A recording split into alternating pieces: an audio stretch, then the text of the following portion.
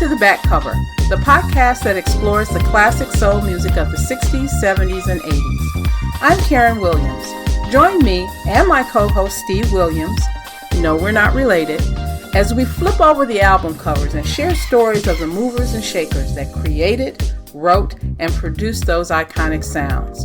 We'll educate and entertain you, all while keeping the music alive. Hi, everybody. Well, it's holiday season here in the U.S. We're going to be putting this podcast up around Thanksgiving. Hopefully, you have been listening to us on our internet radio station, thesoundofsoul.net, on Mondays, Wednesdays, Fridays, from 2 p.m. to 6 p.m. Central Daylight Time. We are really excited about our station. We've got some great new shows on there. Go to our Facebook page at The Sound of Soul and look at some of the shows that we've got on there, or go to our webpage, really, thesoundofsoul.net. You can get the station on there by clicking on, or you can just read some of the shows that we've got on there. I want you guys to really leave us some comments, because that's the only way we know that you're really enjoying what we're doing and what we're putting out there. So, happy holidays. Be safe. We're still in the pandemic. Wash your hands, wear your mask. It's not a hoax. Just stay well.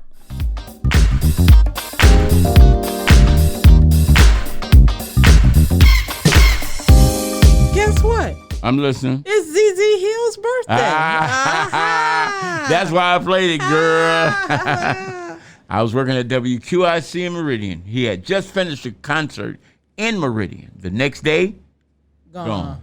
Wow. Mm-hmm. Mickey Howard. She came from gospel royalty. Her father was one of the twins, Clee and Clave, of the Pilgrim Jubilees, and her mother was one of the Caravans with Albertina Walker. And also, her backstory, you said she was in love with. Here's the thing. You hear the song Billie Jean's Not My Girl by Michael Jackson? They say it was Billie, because they called her in the group, she was in a group called Bebop, something like that, where they all had characters. She was Billie Holiday. Okay. She always wore the flower in her hair. And it was rumored that her first child was Michael Jackson's son. I thought you said it was it was supposedly no. And then she was going to marry, Gerald Levert was going to marry her because they had great chemistry. And Gerald could keep her, so to speak, in line. Because she was known to be mess with drugs. But Gerald's mother said, if you don't need her because she's already got 3 kids. And Gerald had 2 anyway. But that's how that happened. Huh. I didn't know that she was rumored to have Michael Jackson's child. Billie Jean's Not My Girl. Love her. Whatever. Right. She's just the one that claims that I am the one. But the kid is not my son. And if you look at this child, everybody thinks Michael had a lot of surgery. We know, right? Right. So he altered the way he looked naturally. Right. So that child wouldn't have been a bright-skinned child. No. Because Michael was it would have been brown. Right. With a nice fat nose. Right. Don't look nothing like that. All right. Birthdays, Frankie Lyman and the Teenagers. Got it. He was a good little singer, but his life was he was too young. He's just nobody, tragic. Just tragic story. Mr. Johnny Mathis, look at me. I'm as happy as a kitten up a tree. Your mama had some of his albums. Oh, yeah. And I love that. I got one of his albums. I got the best of Johnny Mathis. Well, he got to be 200 years old. 1945. He's kind of, he used to play out there at the Star Theater all the time, too. Not a dot in the audience. Not a drop of chocolate in the audience. But I liked Johnny Mathis. He sold out. Oh, I loved Johnny Mathis. Okay. Marilyn McCoo. You don't have to be a star, baby. No, the woman's song. One less bell to answer Right. Uh-huh. And then we have Patrice Rushen. Sending you forget-me-nots. Uh-huh. Uh-huh. And the one and only T-Pain. Boom! You know he went through $40 million. In what? How long? In a short time. He's from Tallahassee. Mm-hmm. Went through $40 million. Bad management. Buying up all raggedy houses. Well, did he sell them so he could get some of his money back? I was watching this on the book. And, Facebook, guys. And he was doing a documentary. He's working, so he's, still surviving, living well. But $40 million he made in 2 years and went through it like it was water. How you do that? Easy. Stupid. See, we had this conversation the other day. Just stay in your same house, fix it up, maybe add on a little wing. Well, his wife and kids were living in Tallahassee. He was living in Atlanta because he didn't want them to be in that scene. And most of the artists that he was dealing with were in Atlanta, so he lived in Atlanta. But he went home every other weekend, blah, blah, blah. Okay, I can understand that. But that's a lot. But not if you get a nice, modest. Well, in Atlanta, homes are much more expensive than they are. No, you need an apartment. Yeah, or a townhouse. Or a townhouse. Something you can go back and forth. Right. You don't need no big, giant $50 million mansion. Okay. Who else? That's it. Those are all the birthdays for today. And today, you want me to do tomorrow since I won't be here? No. And today in Black History. In 1975, WGPR-TV in Detroit, Michigan, the first black-owned television station in the U.S., aired for the first time. WGPR-TV was founded by William V. Banks. I got that? And on this day, at age 13, well, he was born September the 30th, 1942. A few months before, a month after my father. Okay. Ooh. And at age 13, singer Frankie Lyman and the Teenagers had the #1 R&B hit in the U.S. and #1 pop hit in England. Why Do Fools Wow, Fall right in close Love? to his birthday, too. Uh-huh. Group didn't last 11 months. But they had such an impact on music. And they got robbed. And it was one of the first, I want to say, diversified singing groups. Were they diverse? Mm-hmm. They had 2 Puerto Rican brothers. Oh, they don't count. And 2... They don't care. They don't really yeah, care. okay. You know you're wrong, right? Right. That's just... They just us that speak Spanish, that's all. She's a clown.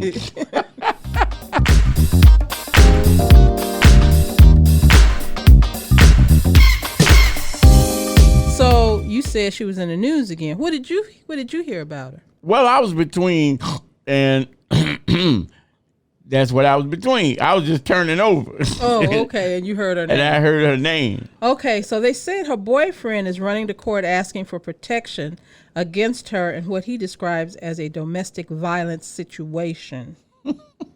The singer's boyfriend, David Adefeso, whatever, filed for a restraining order today in L.A. seeking to prevent her to prevent domestic violence. And he's asking a judge to grant him one against Tamar. For now, it's unclear what he's alleging she might have done. But it doesn't look like the court has approved it yet. What? Now, if it was the other way around, it would have been instant. Yeah, it would have. So the court in Vegas can't believe that this brother needs protection from this crazy woman. Yeah, they said, but he was the one who called 911 to say she was threatening to kill herself. He also mentioned her WTV beef, I guess WeTV thing to the policeman at the time. Family sources connected to Tamar have told TMZ they believe she's changed since getting with him, claiming her mood seems to align with his. You know what's needed right there? A big old gap. You go your way, I'll go my way. Even any level-headed person, I said level-headed again, well, then that's can the see problem. that. They're not level-headed. No, they're not. He don't want to leave her. She don't want to leave him. They said he's controlling. What? Please. He's been involved in her business decisions. Really? She broke. Okay. It's just mess. See, this is what happens when you get on these reality shows. You try to live like you are actually like in the reality show, which is not real at all. Well, let's see. She can't keep a job on anything. That's number one. Mm-hmm. Number two would be hard to get along with. Yeah, that's true. What number three would be? You said she can't sing. She can't. Oh, hell no. She can't sing at all. Really? I thought I heard her sing once, and I was like, okay, she can do it. What was that word you used? Thought? Well, I mean, you know. Come on. The truth is the light. But you know, I always say people who go on these reality shows, they got issues anyway. She had issues before the reality show. Well, that whole family had issues. Right. I don't know what made them think they could do a reality show. You know what started all this? When Babyface in L.A. chose Tony and not the whole group. Well, yeah. They went nuts because they were used to being with each other. Like the Jacksons. Okay.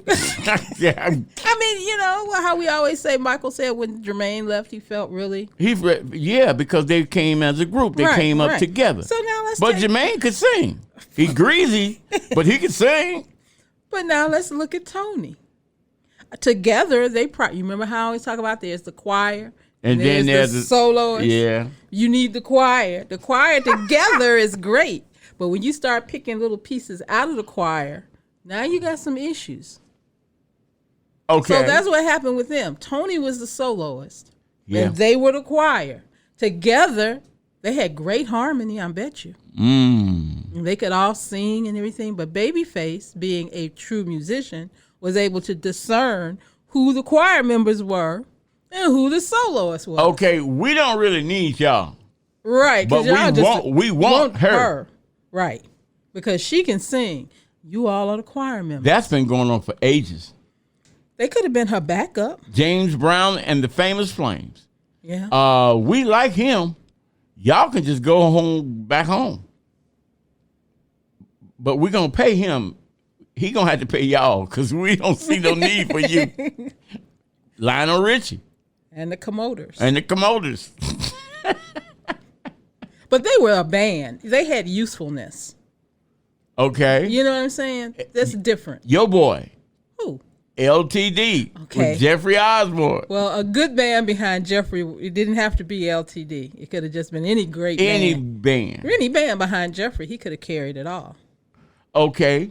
Now, here's the one in charge, and people might call us on this one. Frankie Beverly and Maze. So Frankie was he don't really need Maze. He could call anybody Maze. Come on. Well, that's true. He could call anybody Maze as long as it's Frankie Beverly. He can get us together, give us my old clarinet, and you get the trumpet. Frankie Beverly, Maze. Hey, see, we wouldn't sound good, but who knows? Who knows? Should I keep going? Okay. So yeah, that's what happened with Tamar. Now, speaking of reality shows, the Kardashians Thank God. Done. I never watched. I have never watched one episode of them. Not one. They are known for stripping every man they come across, just stripping him of his manhood. Oh, yeah. Told Bruce. Yeah. Bruce had to go to the other side. Just stripped him down. Put the man in a dress, for God's sake. Bruce. And then the first thing he get on the ESPY show and say, I see why it take you women so long to get ready. What? Yeah, he said that. You got some extra parts. And they gave him an award for that. Oh my gosh. He got extra parts that he got to take care of. We don't have to worry about. Well, you can take care of that part permanently. That's why I was wondering, had he done that? Had he truly had the surgery? I don't know. Next time I see him, I ask him, "Hey, Bruce, did you separate?" and sadly to say, Mr. Bruce Williamson Jr., I think Bruce was one of the former members of the Temptations recently. He made a transition a couple of days ago in Las Vegas from coronavirus. That's right. Yeah, they called him Big Sexy, but he was an ordained minister, and he only joined the Temps for a little while, and him and Otis had a great relationship. And then he went to ministry. He went back. Well, he went to the ministry, and COVID took him a couple of days ago. So, man. So be aware that it's still out there.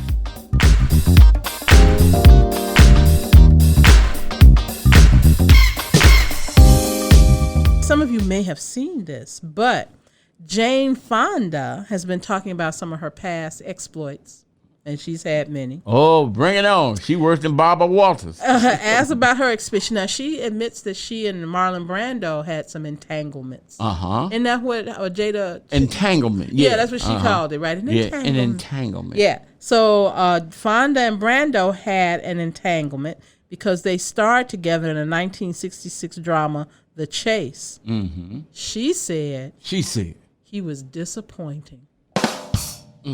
I'm like, Brando in his prime? Because he was fine in his prime. But I guess just because you fine don't mean you ain't got no flow. Despite her relationship with Brando, the 82-year-old still acknowledges he had strong skills as an entertainer, calling him a great actor. She says, but the one that she is disappointed that she never got a chance to take a ride with. A ride, mind you. A ride. Marvin Gaye. Oh. She said he came up to her and kind of said, I got a feeling I need some sexual healing. Well, wait a minute. She said he wanted to, and I didn't, she admitted. I was married to Tom Hayden. I was meeting a lot of performers to try to do concerts for Tom because he was running for Congress. And the women who was helping me do that introduced me to Marvin Gaye. She went on to, she says, the interviewer said, please tell me his pickup line included the words sexual healing. And she says, Jane Fonda said, I needed some, but he didn't say that. But then I read apparently he had my picture on his refrigerator after he died. I didn't find that out until later. So she wanted some sexual healing. Marvin would say, I want you, but I want you to want me too. So you got to give it up. And so she didn't. And now she regrets it. Too late now. Way too late. Jane Fonda about 90 years old. She's 82. Close enough. Yep. I don't think either one of them could have done very much if he had been alive now.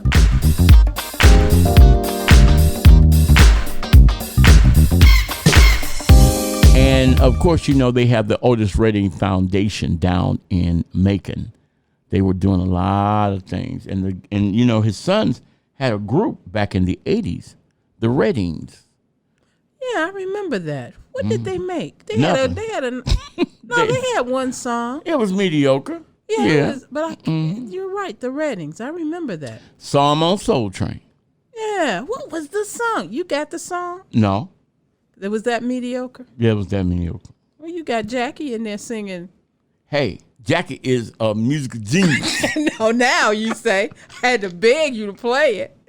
Oh, that Jackie. Yeah. That's by default. Oh. Jackie, I give it to him. He had a sweet falsetto. Yeah. You just want me to play that song again, don't you? Yeah. I know you do. When people hear Jackie Jackson singing, what was he singing? See, you don't even remember. He was singing some Delphonic. It wasn't Did not blow your mind. Did not blow your mind this time. Yeah, play that. Obviously, he blew something, so. Thanks for listening to The Back Cover. You can catch The Back Cover on TuneIn, Stitcher, and MyTuner. You can also listen to our show, The Ride Home, from 2 p.m. to 6 p.m. Monday, Wednesdays, and Fridays, Central Standard Time on www.thesoundofsoul.net. Please have your friends and family like and subscribe to our podcast.